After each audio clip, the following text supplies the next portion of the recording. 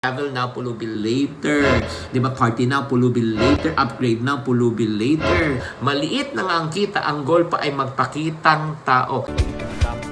If you are here, then you are on the road to become wealthy and debt-free.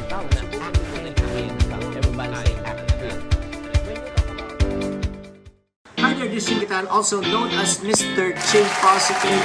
Today we are going to talk about the 5 things you should never use with your retirement fund. Okay? Ano yung mga bagay na hindi mo dapat gamitin, okay, sa iyong retirement fund. Pero bago natin pag-usapan yan, syempre, tune in, don't tune out, and subscribe to my YouTube channel. Maraming salamat po. And once you click subscribe, don't forget to click the bell button. Itong bell button na ito, para pag may mga bago tayong videos, manonotify po kayo agad. My question to you right now, let's get straight to the point. Have you ever misused or mismanaged your money? Yes. There was once in our lives, I'm sure, naging pabaya po tayo, naging happy-go-lucky po tayo, or if not naman, ngayon, you are experiencing that. Diba? Ika nga, lahat ng mga bagay na nakukuha mo, diba, eh talagang ini-enjoy mo. Walang masama na mag-enjoy. Pero sa parati ko sinasabi, diba, kailangan hinay-hinay din yan. Sa huli parati ang pagsisisi. Ayaw ko kasi na mangyari po sa'yo na travel now, Pulubi later. Diba? Party now, Pulubi later. Upgrade now, Pulubi later. Kasi ang problema kasi, pag tayo, iniisip parati natin yung pansamantala, yung short term lang po. Alam mo mangyayari niyan, challenging yan. Wala kang maiipon in the long term. Always learn the law of the opposite. What does the law of opposite says? The short-term effect is always the opposite of the long-term effect. I will repeat it. The short-term effect is always the opposite of the long-term effect. If you exercise now, diba, you will feel good later, diba? If you save now, you retire later. If you spend now, you suffer later, diba? Yun lang po ang kasimple. Alam mo, paano ba natin talaga nami-misuse ang ating pera? Di ba simple lang eh. Ang sign ng isang taong nami-misuse ang pera, number 1, bago pa mag-akidse at 30, ubos na. Number 2, o anong pa nangyayari? Kahit anong kinikita, parang feeling nila parating kapos, naghahabol pa siya parati ng pera. Number 3, umaabot na po isang tao po sa utang. Money is misused, especially when people have little to earn but they want to spend more than what they earn. Alam mo, ito lang po, especially, wala namang problema na bumili ng mga branded things, mag-travel sa mga places na gusto mo at kumain sa mga fancy restaurants as long as you can afford it. Uulitin ko, as long as you can afford it, wala kang utang, hindi ka nai-stress. Pero ito yung may problema po ako sa mga tao na nami-misuse po yung pera. Na maliit na nga ang kita, ang goal pa ay magpakitang tao. Ulitin ko, maliit na nga ang kita, ang goal pa ay magpakitang tao. I have no problem with rich people, wealthy people who show off because like for example, buying a fancy car, traveling, nag-i-Instagram, nag-Facebook, nagpo-post kung saan sila pumupunta, walang problema dahil carry nila. Pero ang hindi ko kaya talagang tanggapin at arukin, yung mga tao cannot afford pa at nagpipilit pa. Nako, yun ang problema po. Ano po yung consequence if we live and mismanage and misuse our money? Number 1 consequence is because we will go into debt. Magpapasok tayo sa utang.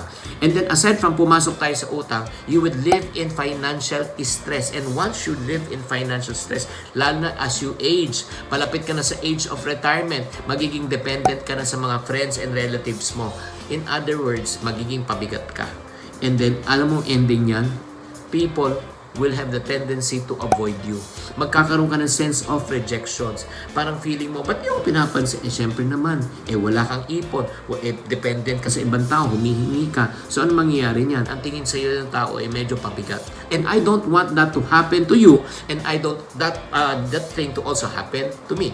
So, if you don't want to happen it to you and to me, I would allow me to share with you the 5 things you should never do and use with your retirement fund. Let's go to our main session. Number 1 po, using your retirement fund for startup. I highly discourage you using yung ipon mo na retirement fund mo para mag-umpisa ka ng negosyo. Talagang wala kang kaalam-alam, zero knowledge ka sa business, tapos gagamitin mo yung retirement fund mo. That's a financial suicide. Financial suicide po. Bakit po siya financial suicide? Kasi po, simple lang. Ang mangyayari po dyan, according to SEC and DTI, no, 90% of the startup fails on their first attempt. Oo. 90%. You have a 90% chance or window of losing all of your hard-earned income. That's so crazy. So, kung gusto mo talaga ma-start up, huwag mo gamitin yung retirement fund mo. Use the money that you can afford to lose to have a startup. Nagigets nyo? Kung gusto nyo gamitin yung tinatawag na retirement fund mo, I will allow you to use your retirement fund in expansion, your business, because there's already a proven proof of concept. Nag-work na siya. Kung gusto mo magdagdag ng funds using your retirement fund, so be it. Kasi alam mo na it's for growth. It's not only for trial and error. Number two that you should never use your retirement fund, using your retirement fund to pay off debts. Ayun na. Ito pa. How many times, my friend, that I've seen people na talaga ang ginamit po na kanilang ipon, lahat na kanilang retirement fund, pagbayad na ng sasakyan, pagbayad na ng bahay, pagbayad na ng utang. So, anong ending? Ang ending po, zero ang ending. Wala silang pera nung nag-retire sila. So, anong nangyari? Ang nangyari po, bumalik ulit sa trabaho, naghanap ulit ng trabaho. Hindi ka na nag-retire, bumalik ka na naman. So, nagigets nyo, that's another mistake that you should avoid. If you are in the early 20s, 30s, and 40s, please listen to this. Wag na wag nyo gagawin yan. Do not accumulate so much debt na isipin mo, hindi, pag may retirement fund naman ako, meron naman ako pambayad. No, that's one of the biggest mistake. Number 3, never use your retirement fund, okay, in investing in high risk investment. Yun pa, isa pa. Again, pag nag-retire ka, siyempre, magkakaroon ka na maraming pera. Pag nagkaroon ka na maraming pera, dadami ang kaibigan mo, dadami ang relatives mo. Siyempre, I always tell people that money is indeed very relative. The more money you have, the more relatives you have. No money, no relative, di ba? Yun yung problema. Yun nga, pagka lalapit sa'yo, sasabihin sa'yo, saan mo nilalagay ang pera mo? Ang liit-liit naman ng tubo niya sa bangko. Ilagay mo na lang sa amin, mag-invest ka na lang sa amin. Bibigyan ka namin ng 5% per month. 60% per annum, yung 1 million, magiging 50,000 pesos per month, 600,000 pesos per year. Ito yung problema. Pag hindi mo naunawaan, nag-invest ka, ay nako, mas malaki ang chance na mawala ang iyong pera. How many people that I personally have known have invested on high-risk investment, and then at the end of the day, they lost everything dahil yun nga, nalugi. Number 2, na-scam. Number 3, na pyramid po sila. Mag-ingat-ingat lang po because yung ipon mo, yung tinatawag na retirement fund mo is only your life source. Yan yung pinaka-main source mo na pera na kailangan palaguin. Palaguin mo in the right way. Do not invest in the high-risk investment. Always remember this principle when it comes to investment. The higher the risk, the higher the interest, the higher the risk. How will you know if if the investment is high? If it cannot be offered by a financial institution, by a bank, it cannot be offered by anyone. Let's go to number 4. This is the 4th thing that you should never do with your retirement fund. Using your retirement fund to help others. Are you saying, Chinkee, that we should be greedy, that we should be selfish? Not at all. I'm just trying to say that you should never give what you do not have. You should never, it's so hard to help other people if you cannot help yourself. Make sure when you want to help people, you help people based on profit lang. Based on, like for example, yung pension mo lang, but do not use your principal. Kunyari, meron kang pension na pumapasok na 50,000. Kung gusto mo, yung portion, 10,000, pantulong mo sa kapwa, okay lang. Okay? Like for example, or if not naman, kung gusto mo itadagdagan pa ng konti, pwede. Pero mag-iwan ka rin para sa sarili mo. Pero wag mong gagamitin. How many times that I've seen people nakakuha ng retirement fund, tapos pinambili ng sasakyan, di ba? Tapos pinang-travel, buong pamilya, pinambalato, ay nako, ay naubos. Never use your retirement fund to do that. And then last but not the least, number 5, 5th thing that you should never use or do with your retirement fund is this: using retirement fund to enjoy without counting the cost. Yun po. Napapaano tayo, yung parang pagka nagkaroon tayo ng maraming pera, nagkakaroon tayo ng mentality ng one day millionaire. Diba yung one day millionaire? Parang hindi na iba yan sa sa mga nananalo sa loto. Ito, true story ito. Meron daw isa taga, ano to Pampanga yata. Yes, it is from Pampanga. Meron siyang dalawang kamag-anak. Kinento niya sa akin first hand. Hindi ko lang alam, yung talagang siguro kamag-anak nila, talagang di niya nang talagang mapapalad. Nanalo ng loto, yung dalawang niya, kamag-anak niya. Isa nanalo ng 13 million, isa nanalo ng 15 million pesos. You know what happened? Nung nanalo ng isa ng 13 million, isa na lang kukwento ko, pero both have the same fate.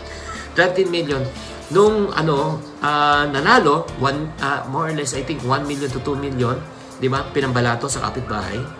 Another 5 million, pinambalato sa mga anak niya, tagwa 1 million yung mga anak niya. So, natira sa kanya, siguro mga 7 million or 6 million. Yung 6 million, yun, pinang-enjoy nila. Di ba? Pinang-travel po nila. So, ano po yung ending? Nung ang ending po, in less than 2 years time, naubos po yung pera. And nung naubos po yung pera, na-depressed po yung nanalo. Kasi hindi na niya kayang support yung lifestyle na gusto niya. And dahil doon namatay. Grabe. Imagine mo, nasanay sa isang lifestyle that they cannot really, parang, nasarapan na sa buhay. Ngayon, naghihirap muli. Kaya nga, na-depressed, namatay. It's so, what do you call this? Nakakalungkot.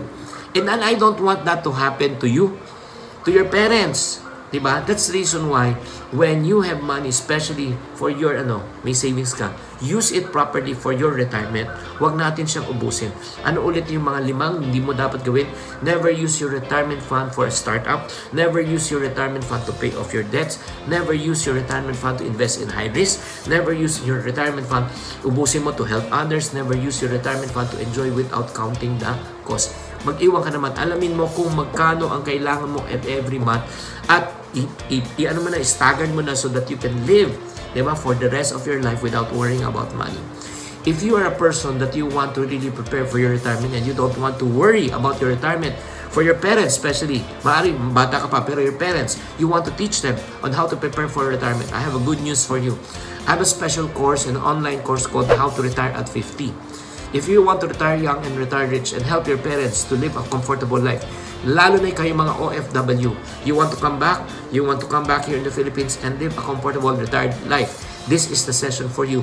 In this session, I will teach you how to compute for your retirement fund. What are things that you should watch out and avoid so that you won't go bankrupt?